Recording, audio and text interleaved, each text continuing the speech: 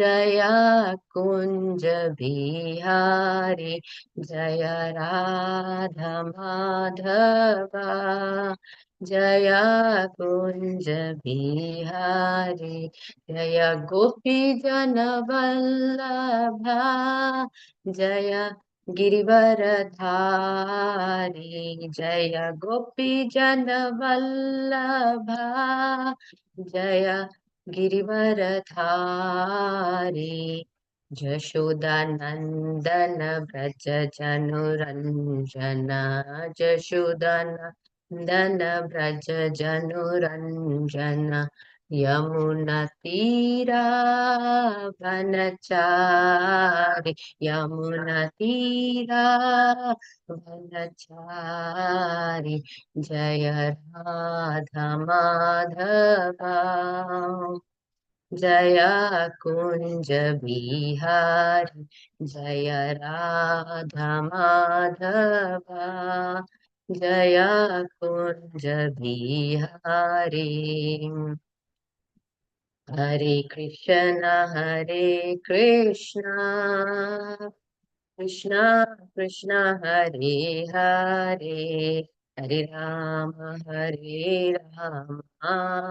राम राम हरे हरे हरे कृष्ण कृष्ण कृष्ण हरे हरे हरे राम राम राम हरे हरे हरे कृष्ण कृष्ण कृष्ण हरे हरे हरे राम राम राम हरे हरे हरे कृष्ण कृष्ण कृष्ण हरे हरे हरे राम राम राम हरे हरे हरे कृष्ण कृष्ण कृष्ण कृष्ण हरे हरे हरे राम राम राम हरे हरे जय राधा गिरिधरी राधे जय राधा गिरिधरी राधे जय जगन्नाथ जय बल देव जय सुभद्रा जय गौरानिता गौरानिताय जय गौरानिता नित्य गौर हरि बोल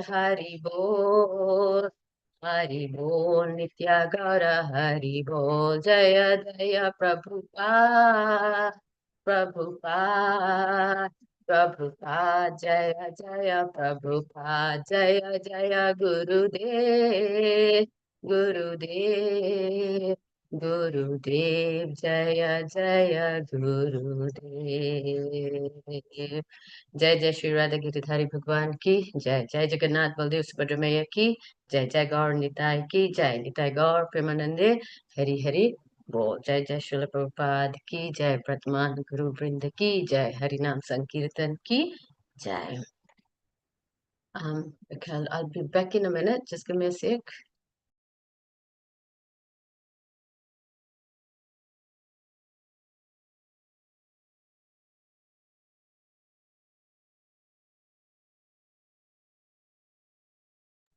Hare Krishna.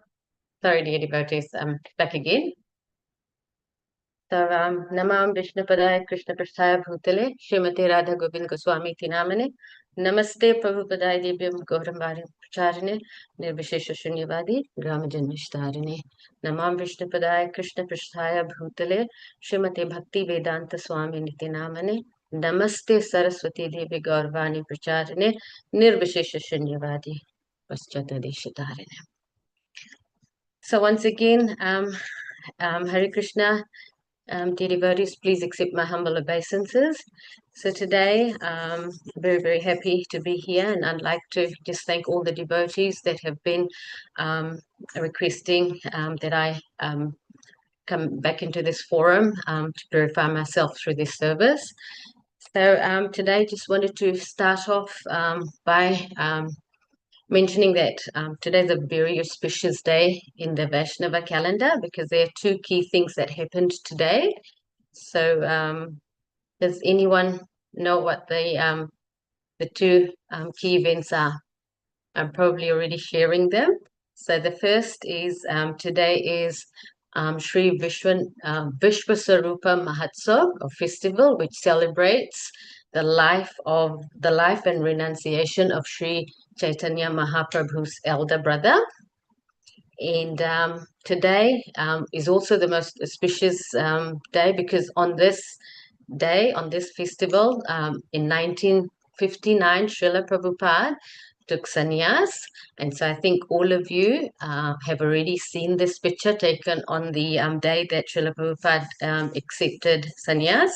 And in the picture, we see Srila Prabhupada with two of his god brothers on the day that they took initiation. So I was just thinking, in place of reading Srila Prabhupada's Leelamrita, we would just briefly cover a few key events in relation to these two festivals, and then we'll move on to the Srimad Bhagavatam class. So is that okay with everyone? So in relation to Sri Vishwarup Mahotsav, in terms of the significance of this festival, I've just got some points on the screen, and it is observed, like I said before, it is observed to honor Sri Chaitanya Mahaprabhu's elder brother, Lord Vishwarup, and his acceptance of sannyas at the age of 16. Now, in terms of some key points about his life, firstly, as mentioned earlier, he is Lord Chaitanya's elder brother. He renounced the worldly life at the age of 16, so very, very young. He took sannyas from Krishna Bharati in Varanasi, and he accepted the name as Sankarnaya. I'm probably pronouncing it wrong. So the scriptures also describe him as an incarnation of Mahashankarshan, the ingredient and efficient cause of creation, so Balram. And after his disappearance, it is said that he merged into Nityananda Prabhu, just as Baldev merged into Rohini Nandan, Ram or Balram. Now, the other reason why today is a very auspicious days because and it is very, very this day is very, very dear to ISKCON. Srila Prabhupada accepted sannyas on this very auspicious day and in 1959, and therefore this day holds a very special significance to the Gaudiya Math and ISKCON.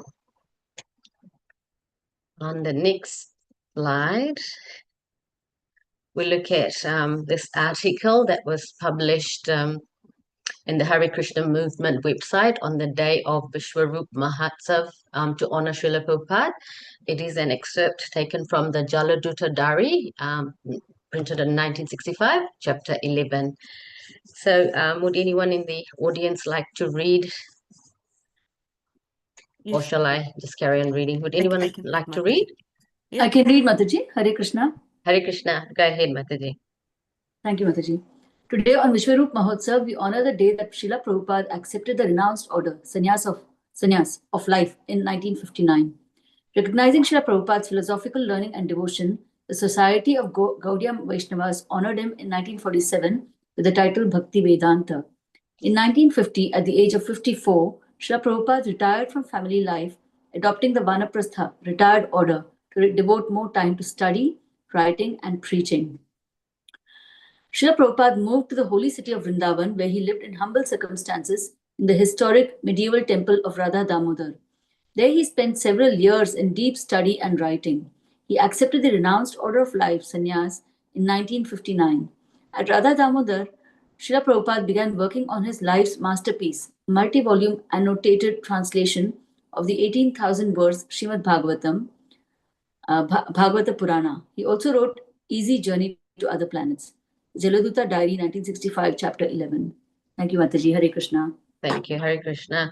So, Jai Jai Shri, Srila Prabhupada ki Jai. So, moving on, so we'll carry on with the Srimad Bhagavatam reading. And so today we continue to read from chapter 13, titled Further Talks Between King Rahugana and Jarbharat. And once again, I pray at the lotus feet of Srila Prabhupada, my spiritual master, and all the assembled Vaishnavas to please bless me so that whatever I say is aligned to scriptural injunction. And so, Om Namo Bhagavate Vasudevaya, Om Namo Bhagavate Vasudevaya, Om Namo Bhagavate Vasudevaya, Narayana Namaskritya, Naram Chaiva Narottamam, Devim Saraswatim Vyasam, Tato Jayam Mudiraye. नष्टप्रयासु भद्रेषु नित्यं भागवत सेवया भगवति युक्तं श्लोके भक्तिर्भवति नैष्टिके शृण्वतं स्वागता कृष्णा पुण्यश्रवण कीर्तना हृदयन्तस्तु ह्यभद्राणि विदुनोति सुहृत्सताम्. So the verse, I'll recite verse 7. शौर्येरिता स्वक्वच निर्विनचेता शोचन् विमुह्यन् उपयाति कश्मलम् क्वचिच्च गन्धर्वपुरं प्रविष्टा प्रमोदते निर्वृतवान् मुहूर्तम्. Try again. शूरयेरिता स्वक्वच निर्विनचेता शोचन् विमुह्यन् उपयाति कश्मलम् क्वचिच्च गन्धर्वपुरं प्रविष्टा प्रमोदते निर्वृतवन् मुहूर्तम्. And once more. शूर्येरिता स्वकवच निर्विनचेता शोचन् विमुह्यन् उपयाति कश्मलम् क्वचिच्च गन्धर्वपुरं प्रविष्टा प्रमोदते निर्वृतवन् मुहूर्तम्. Would any of the devotees like to chant? Hare Krishna, would anyone like to chant the verse? Yes, Mataji, I can read. Yeah. Shurehitasya kachanirvinna cheta shachan vimuhan upajati kashmalam kochicha gandharva purang pravishta pramodate nivritta ban muhurtam. Hare Krishna. Hare Krishna. Anyone else?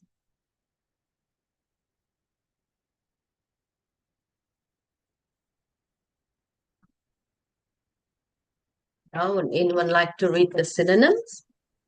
Hare Krishna Mataji, Dandavat Pranam. Dandavat Pranam, Mataji.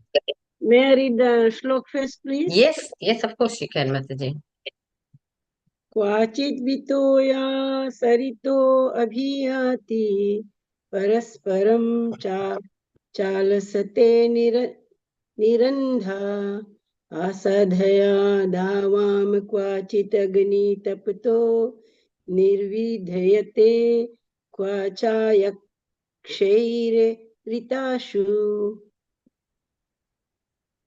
Are we reading? Oh, sorry.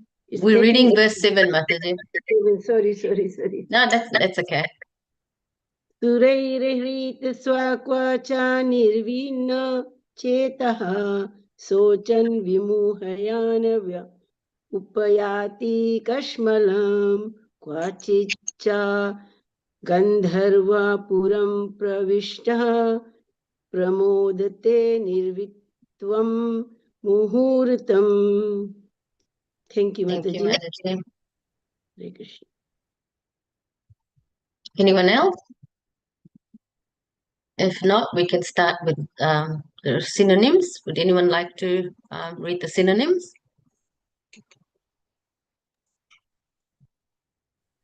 Yes, Mataji, I can read. Go ahead, Mataji. My voice is not good, but still I'm trying. Shure, be very powerful enemy. Hritasya, all of those positions have been stolen. Kacha, sometimes nirvinna chetaha, very morose and aggrieved at heart.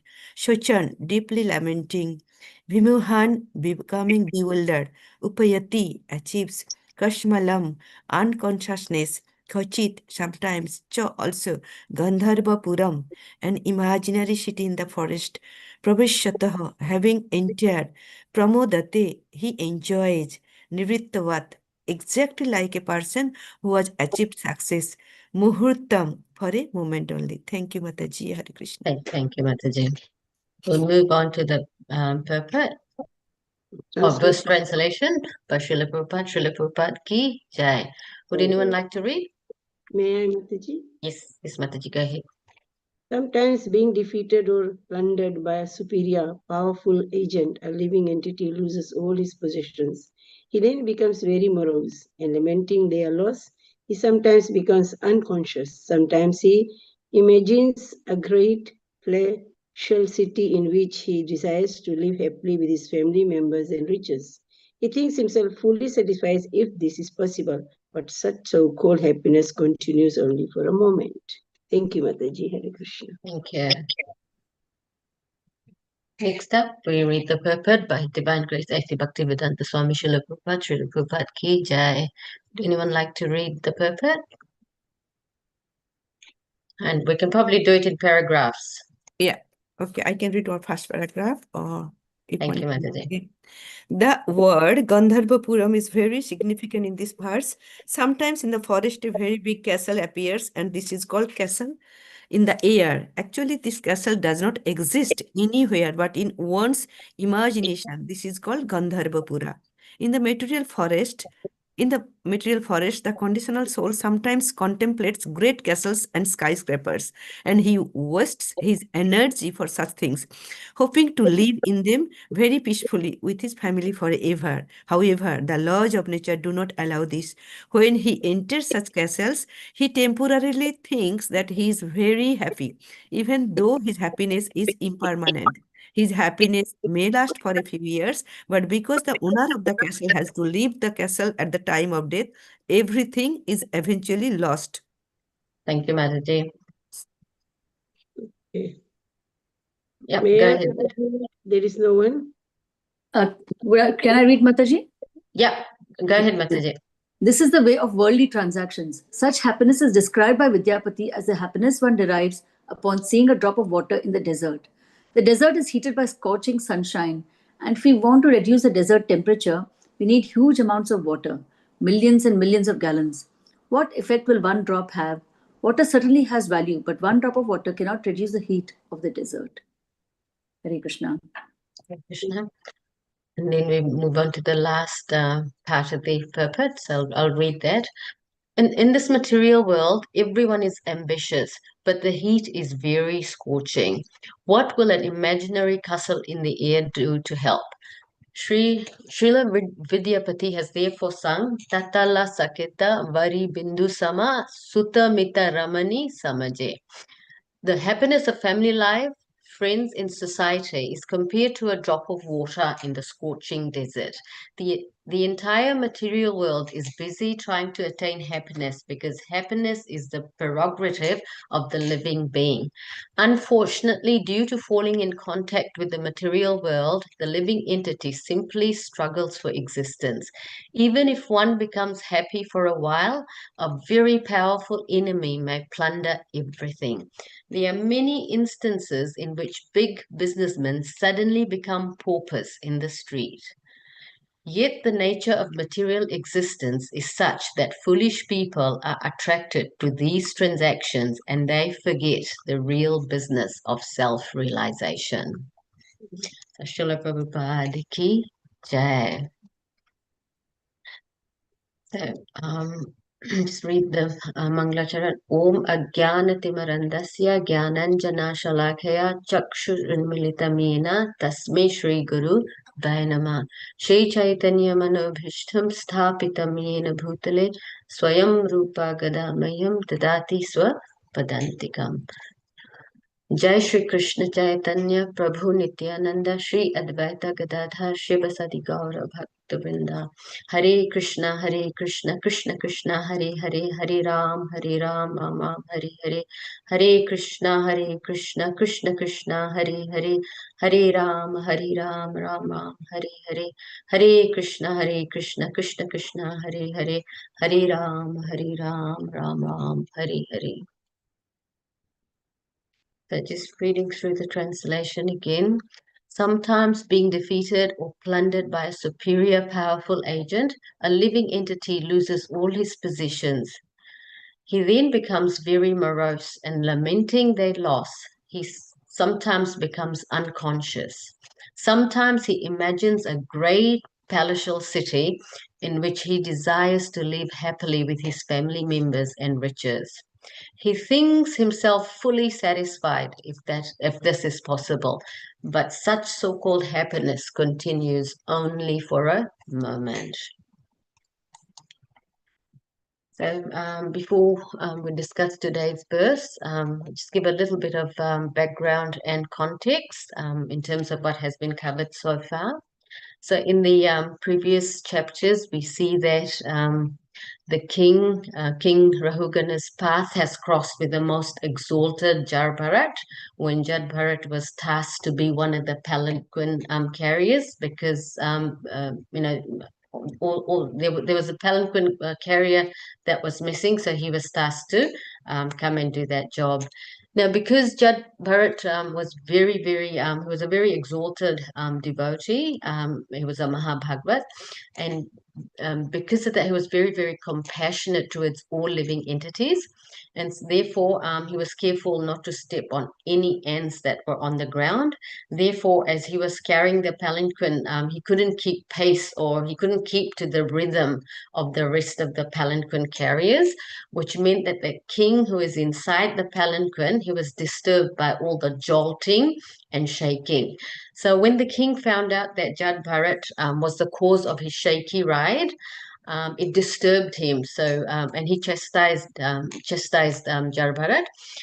However, when Jar Bharat he tolerated the king's harsh words. He didn't say anything for a while, but eventually, he spoke. And when he spoke, he did not speak out of fear. Now, remember, he's talking to the king. He's replying to the king, but he spoke, as it is, with no fear at all. The king is the emperor, and so when he spoke, his words of wisdom greatly surprised the king, and therefore the king wanted to know more. So, the other key point that's been discussed in the previous chapters has been that, the king becomes a recipient of a exalted devotee's mercy. So at the beginning of this chapter 13, in the introduction, it is mentioned that Jarbharat became very kind towards King Rahugana. Now, as we know, when a pure devotee of the Lord becomes kind to someone, there are two things that begin to happen to that person's life. The first is that it brings immediate relief from material distress. So that's number one. And the second thing is that it is the beginning of all auspiciousness. Now, these are actually discussed in the Nectar of Devotion by Srila Rupa Goswami. Now, why is this so? Now, a pure devotee's actions are not driven by personal motives. There's no hidden agenda. Rather, the actions are driven by the innate love for the Supreme Personality of Godhead. And therefore, when they show compassion, it attracts the Lord's causeless mercy, and it benefits the recipient of that mercy. Now, we also understand that the king had used very harsh words. Now, those words did not impact Jad Bharat at all, because he was not in a bodily concept of life. But the king understood that he had committed a great offense. Now, a little bit of background around the king himself. Now, we understand from the previous chapters that King Rahugana, he had already earned some sukritiyam. He was a pious king. So even though he was in the bodily concept of life, he was due to his position and power, still he was a pious man. And if we look at where he was headed off in that palanquin, he was going to a spiritual retreat. So, he didn't understand the deep meanings of Jarabharat's words. But then there are two things that he immediately got when Jarabharat started speaking.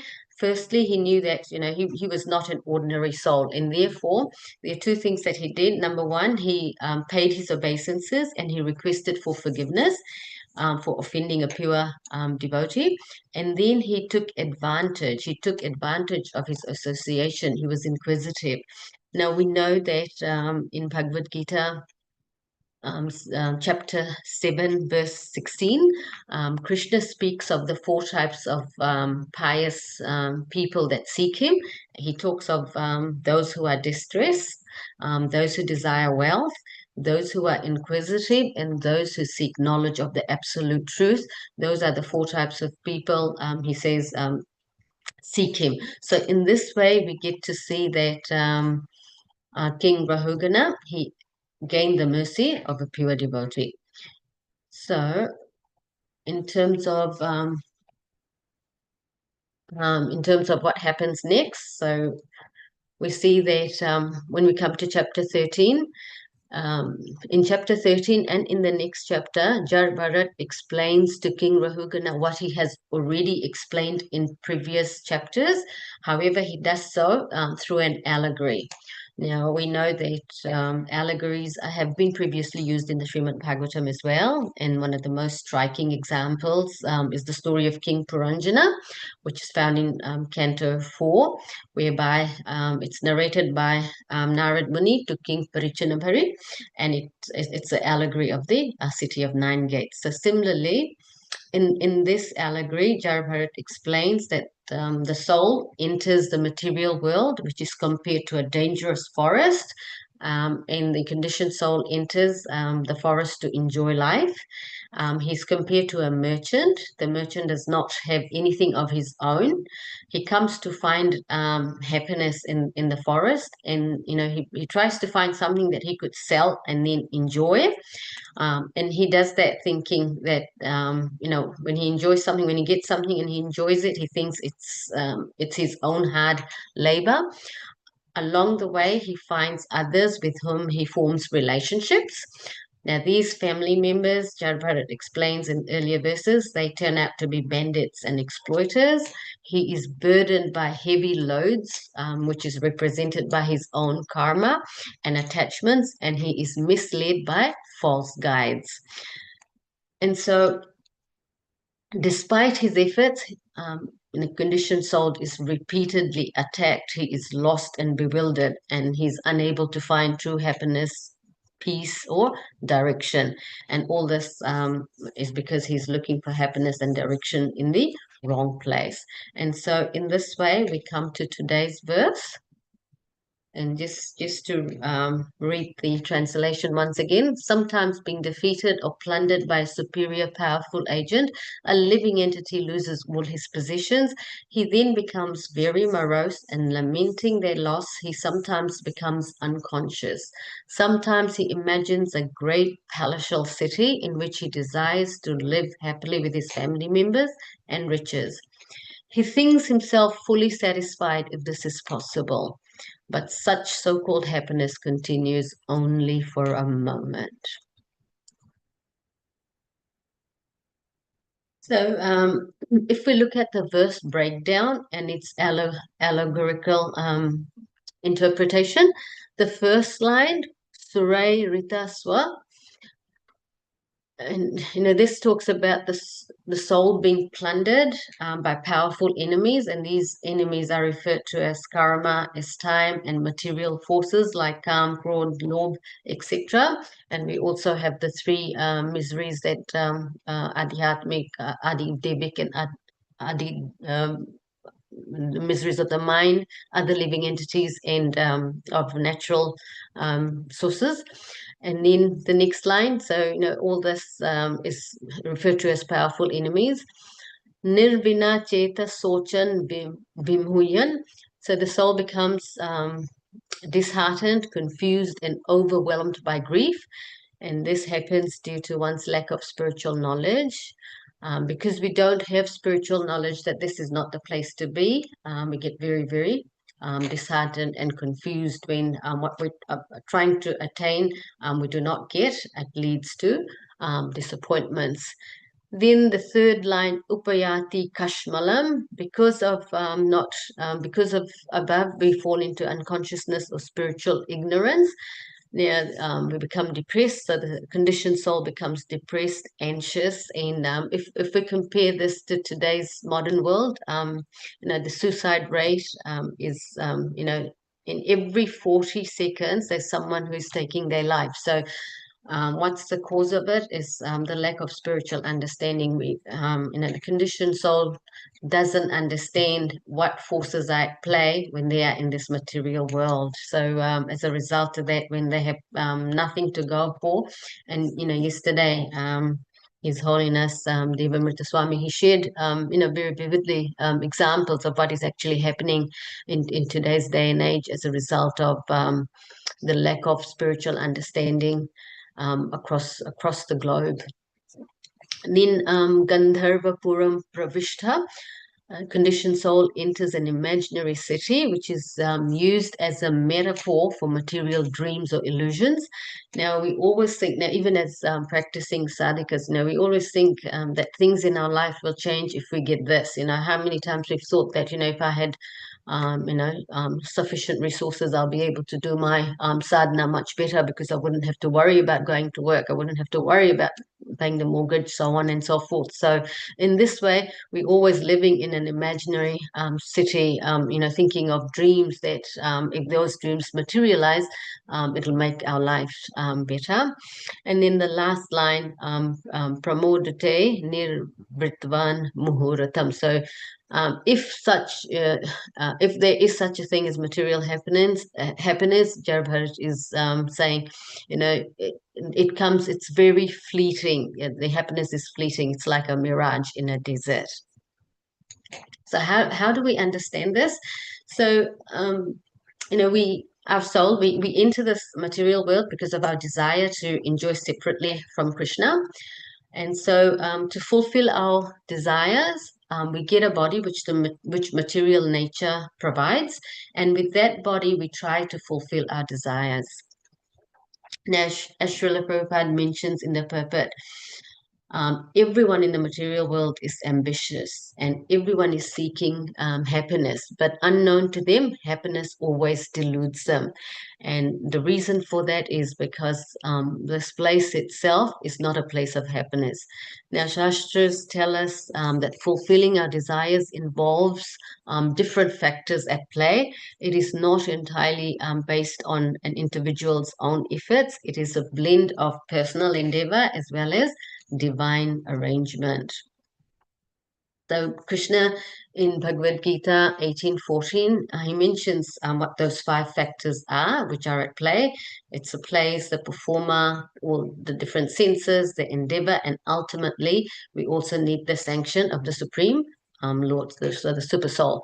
But because the conditioned soul is so busy trying to fulfill their desires, we tend to forget or we don't have the time to understand the complexities of the material world. We don't know that the material world is designed to make us suffer. Statistically, it is said that 99.9% of people, they don't go beyond prayas. So prayas is the immediate sense gratification that people seek. So very few people are actually looking for the opposite, shreyas, which is ultimate happiness, that which is ultimately beneficial for our true identity. So although it may be difficult or it is less immediately appealing. When a conditioned soul desires, when a conditioned soul's desires is fulfilled, he is temporarily happy, but that happiness does not last long, and he needs more and more because the desires that we have are unlimited, and we've been carrying all these impressions from many lives before, and sometimes when things don't get fulfilled, as we've discussed before, we get frustrated and morose. So It's a lot of hard labor. It is a lot of hard labor for very little, for fleeting happiness. And as the previous verses have explained, that those who those that we think are near and dear to us, they are the very ones that could potentially cheat and betray us. So in this way, the main root cause is that the conditioned soul is lacking spiritual understanding, and therefore, as a result of that, remains entangled in the material world, birth after birth. So, in terms of the modern parallel, we see that this verse mirrors the modern human experience. And like I said before, His Holiness Devamrita Swami's class yesterday, he nicely explained all this. So, just recapping, we chase dreams of wealth, status, and comfort, and these are like castles in the air. When those dreams collapse due to loss, failure, or change, we feel very devastated. When we do achieve temporary success, it rarely brings lasting fulfillment. And Maharaj shared some examples. And then, despite seeing those examples, we often, and he said, even devotees, we often think that, okay, that's happening to someone else. It's not going to happen to me, and it's a one-edge case. But it's just a matter of time.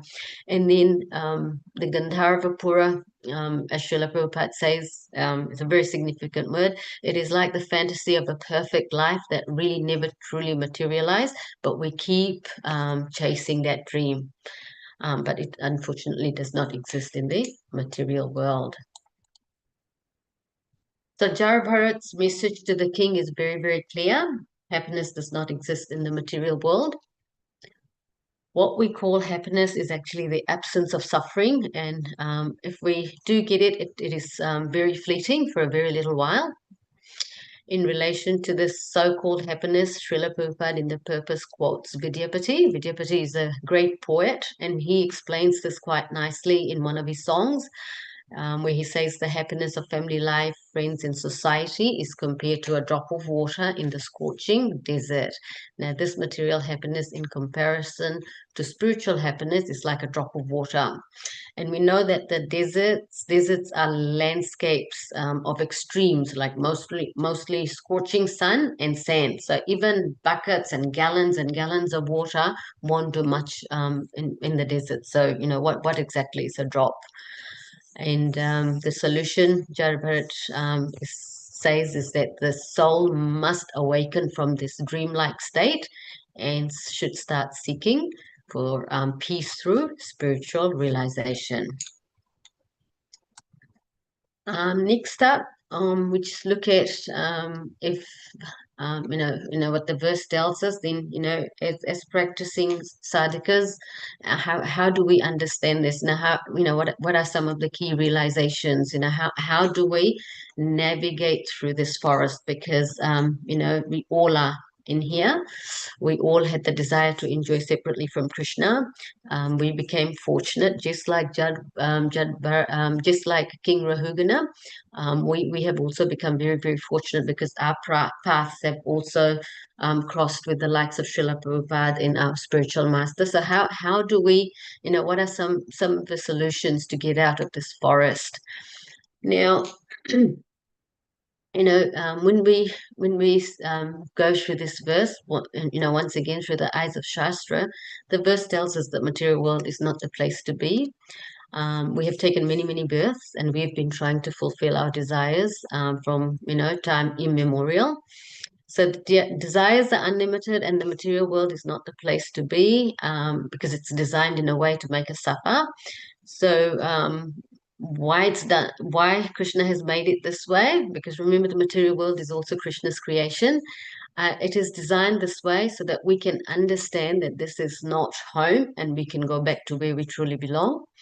Now, Guru, Sadhu, and Shastra, they don't just tell us what the problem is. The beauty about, that is they don't just tell us what the problem is, but it's also providing us the solution.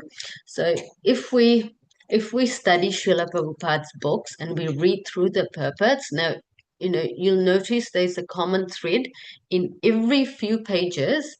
Srila Prabhupada never fails to remind us that we need to realize our relationship with Krishna. And one of the best ways that this relationship is revealed to us is through the pages of Srimad Bhagavatam itself. Now, I was listening to Jara and Maharaj, Bharat Maharaj's pastimes. I was listening to my Guru Maharaj, and Maharaj highlighted that if we go to this canto itself, and if we look at the chapters that talks about Rishabdev, now the Rishabdev, we understand is the Supreme Lord himself, but his pastime is covered just in 3 chapters. But the pastimes of a Mahabhagavat, the King Bharat himself, is covered in 8 chapters. So Maharaj was saying that this is because we need to learn and follow in the footsteps of pure devotees. And he says that the Srimad Bhagavatam does not teach us how to become God, but it is teaching us how to become a pure devotee. And he says that the perfection of our life will be to go back to Krishna in this life, and we can only go back if we fully purify ourselves. And so the first point that can help us navigate through this forest is to try and become a pure devotee. And how do we become a pure devotee? By following in the footsteps of a pure devotee. So the idea is not just to accept the instructions of a pure devotee, but to actually follow the instructions. One of the things that Maharaj says that we practicing sadhakas are very good at is that we are very, very good at consuming knowledge. So we take in a lot, but we don't actually digest it. We don't actually apply it in our lives. And that is why we remain, as even as practicing devotees, we remain dissatisfied in the material world, because we hear a lot, we consume a lot, but we're not actually putting it into practice. Next up, the second point that we can learn from this verse is that to navigate through this material world, we must embrace the difficulties that come our way. Again, the word embrace, probably I should use the word, we should learn to tolerate the difficulties that come our way. Maharaj says is embrace it. His Holiness Radha Govind Goswami Maharaj says that we must learn to accept the difficulties that come our way. Why? Because in any case, whether we accept it, embrace it, tolerate it, in any case, difficulties and suffering will come uninvited. And, this is just how the material world operates. He adds, the only way to avoid difficulties is to learn to remember Krishna. And when difficulties come in our lives, what do? We do remember Krishna. He gives the example that Arjuna didn't ask Krishna for guidance when he was winning. When everything was going well, he didn't ask for all that advice. He became a disciple and asked for instructions and direction. When he was broken. So how difficulties help us? It helps us to remember Krishna again and again. And the perfect example Maharaj uses is that of another pure devotee of the Lord, and that is Queen Kunti. And in the prayers of Maharani Kunti, she prays, I wish that all these calamities would come again and again, so that so that we could see you again and again. For seeing you, Krishna, means that we will no longer see repeated births and deaths. So here lies the solution of how to get out of births and deaths. We need to pray. We know that Queen Kunti is addressing Krishna, the Supreme Lord. And so, I was thinking that whilst, we won't, as devotees, we won't be intentionally seeking for material difficulties, but at the same time, the point is that we should understand that difficulties are part of life in the material world. Therefore, when it appears, we should use the opportunity to remember Krishna and take shelter of him, understanding that in any case, Krishna is the only one who can give us protection.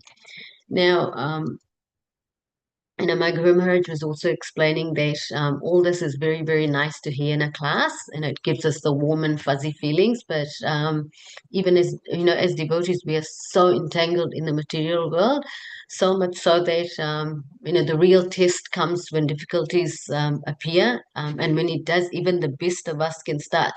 It can shake and question our faith in Krishna. But he said, that's the time you must remember.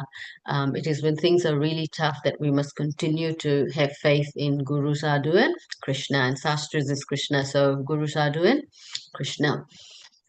Maharaj points out that as practicing sadhakas, and I've mentioned this before, we consume a lot of information, but what's missing is the actual application, and that is the problem about dogma, shaky faith.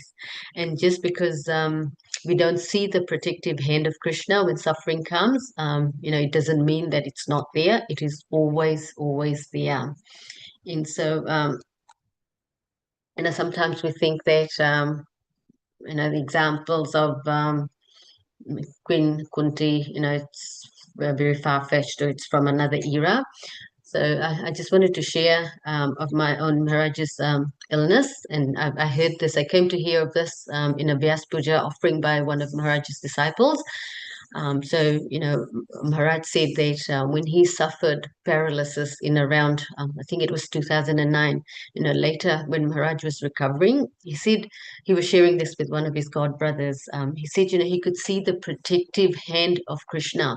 He said, Krishna was saving me from potential downfall further down the line of bhakti. Maharaj said that he was gaining a lot of recognition for glorifying Krishna through the Srimad Bhagavatam programs.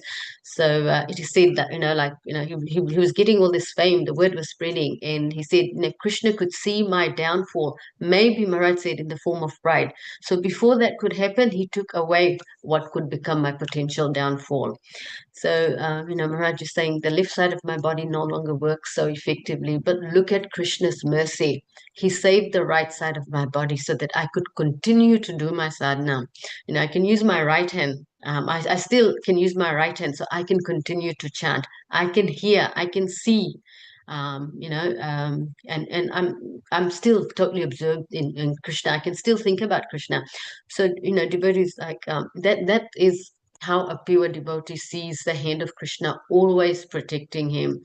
Has Maharaj's absorption in the divine couple changed in any way? No. In fact, many disciples of Guru Maharaj say he is more and more absorbed in Radha and Krishna's pastimes.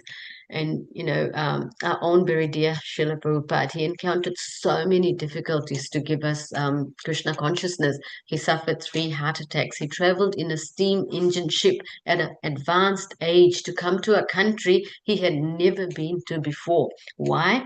Because he followed a pure devotee, his spiritual master's instructions, and because he had innate love for Krishna. No other reason, no ultra motive, just pure compassion for the fallen souls. And these are just 2 examples. There are many, many other examples. His Holiness Jaipataka Maharaj is another example. Despite so many health challenges, he continues to display his love for Radha and Krishna. He's an epitome of bhakti that we can all learn from. And so, like I said, many, many other examples. What do these pure devotees have in common? They all embrace difficulties for a higher purpose and are keeping Krishna in the center. Chaitanya Mahaprabhu, he gave us the Sikshastakam to implement in our lives. It is meant for everyone. Sometimes we think that they're pure devotees. The idea is that we need to purify ourselves, follow in their footsteps, and become a pure devotee before we exit this material world. That's the only solution to exit the material world. And we know we can always, think back to say that, Srila Prabhupada has got the back door open for us. He said, even if we achieve up to 80%, we will get accepted. But regardless to that, our job is to ensure that, we take our sadhana seriously. We give back what has been given to us and do the best that we can. I also had this little story that shows Krishna's protection of us. So it shows Krishna's protective hand. So in this little parable, there's a crab that walks along the shore, admiring its own footsteps in the sand. Suddenly, a wave washes it away, and the crab feels betrayed. Cries out to the ocean, "I thought we were friends. Why did you erase my footprints? Do you despise me so much?" And the ocean replies gently, "Dear friend, I erased them so the fishermen wouldn't follow your trail and catch you. I did it to protect you." So, I was just thinking, we are like the crab. We don't often see the protection of Krishna. And the reason why we can't see the protection of Krishna is because we are seeing with our material eyes. And those eyes are so deceptive. But the choice is for us to fully convince ourselves that the only conclusive solution to life's problems is to go back to Krishna. And we can only do that by pleasing the Supreme Lord. And then the purpose and perfection of life is to please Krishna. Samsiddhir Haritoshnam. So it means satisfying Krishna in whatever way that we can, in whatever situation that we are in. Already we have been given the gem, the jewel. We just now need to, realize it and apply it in our lives. I'm moving to the last key point for today's takeaway. If we look at at the beginning of the class, we looked at Jad Bharat, a pure liberated soul, is giving realized knowledge to King Rahugana. So the king's life is going to change. We know that it's going to happen. However, for his life to change, something will be required on his part as well. So for change to happen, he must be willing to accept the instructions from Jad Bharat, and he needs to take it seriously. So similarly, we too have been given the opportunity to change our lives. Due to Krishna's arrangement, our paths too have crossed with many, many pure devotees like Srila Prabhupada and our spiritual masters. So we are so fortunate to have so many gurus who have given us unlimited mercy through their association. They have been telling us that this is not the place to be. And I'm sure most of you in the forum today would have heard Maharaj's class yesterday. He painted a very accurate and vivid picture of the world today and what's to come. So like King Rahugana, we have been provided with a similar opportunity in this lifetime, but it's for us to accept the instructions given and to take it seriously. Now, for many of us, and I'm speaking predominantly about myself here, now we've also taken instructions from our spiritual masters. We believe in the system, otherwise we wouldn't be here. We do carry out our sadhana, but the question is, how serious are we about going back? And how serious are we about going back in this lifetime? Or, to be honest, sometimes do we just feel, it's okay, at least we are on the right path. We're chanting, there's no loss in this path. So, if not in this lifetime, there's always going to be a next time. Like I said, I can't speak for others, but I have thought like this time and again, and I'm prone to thinking that I will get there eventually. And, sometimes that happens to be good enough. Now, Maharaj tells us that, Krishna consciousness should not be our backup plan. It should be the plan. Yeah. So of this attitude, my Guru Maharaj says it is a big risk that we are taking. Why is it a big risk? Because if we think like this, then we forget that Maya is like water, and any cracks and she will seep in. His advice: take the process seriously and get out in this life. As the picture portrays, we need to catch Krishna, and the best way is through our sadhana. In this age, the best way that we can catch Krishna is through our sadhana. We need to take it seriously, and we shouldn't just consume. Let's stop consuming, but let's start.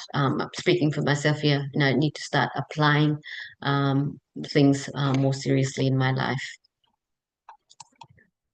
And then just to finish off, in a book called Nectar Drops, which is a compilation of words and of wisdom from His Holiness Radhanath Swami Maharaj, he repeats the same thing. In relation to Maya, Maharaj says, for non-devotees, Maya convinces them not to surrender onto Krishna. But for a devotee, Maharaj says, Maya convinces the devotee to postpone the surrender. So, the call to action today for you and I, as we go about for the rest of our day, just think about Maharaj's words that for a devotee, Maya tends to convince us to postpone the surrender. So with these words, I'd like to end the class here and open the floor for any questions in relation to the verse that we've discussed today, or if anyone would like to add more or subtract whatever I've covered, and then please do so. Hare Krishna.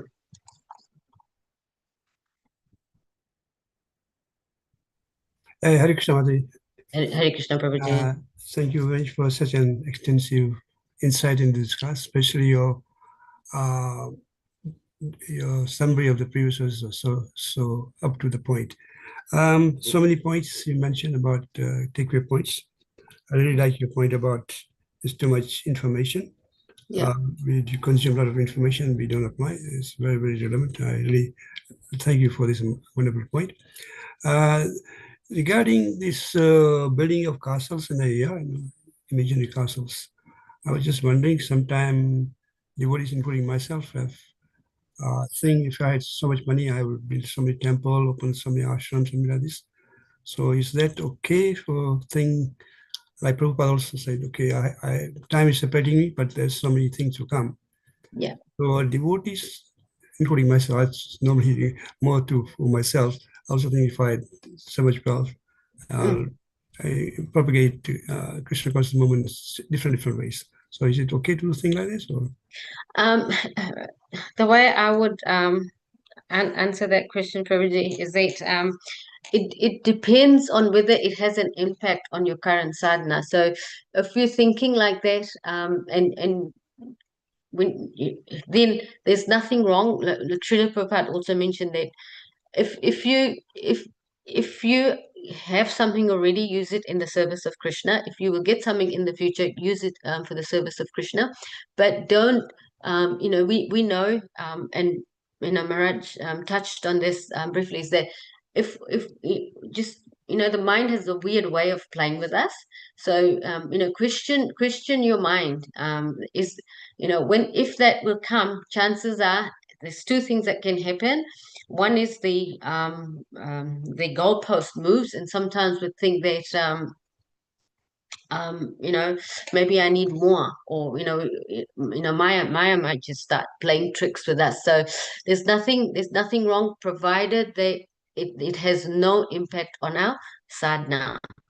So if we're not over endeavoring, then that's fine. But if it is going to have an impact on our sadhana, if we think like that one day, because that's just like castles in the air. We know that there are 5 factors that that would cause the results. So if it will if it has no impact to our sadhana, then yes, it's all right to think like that, because as devotees, we definitely want to work hard, and different people have different desires. Like some people would like to do active seva in the temple. So for them, and we've got some perfect examples where people have left their jobs so that they could just serve at the temple. Then there are others who enjoy working because it brings them a release. However, they are using a large part of their income in the service of the temple. So it's all about purifying what we have in the service of Krishna. Would anyone else like to add to this? But it is a trap that we all fall into, Prabhuji. I know of a practicing, a friend that shared with me that they started off saying that when we earn a certain amount of dollars, we would then retire, and that person has saved far more than that X amount of dollars that they had planned. But now what they're grappling with is that, at some time in the near future, I might become redundant, because that's where the company is directed. And that person for the last 4 or 5 years is still waiting to be made redundant, and they haven't been made redundant. And, others before them that started after them have come and, left the company, they have been made redundant, but this person hasn't been. So, so they still are playing that waiting game. So plans change. What we think about doesn't work that way. Thank you so much, Mataji. It's very nice, very nicely explained. Yes, thank you. Thank you.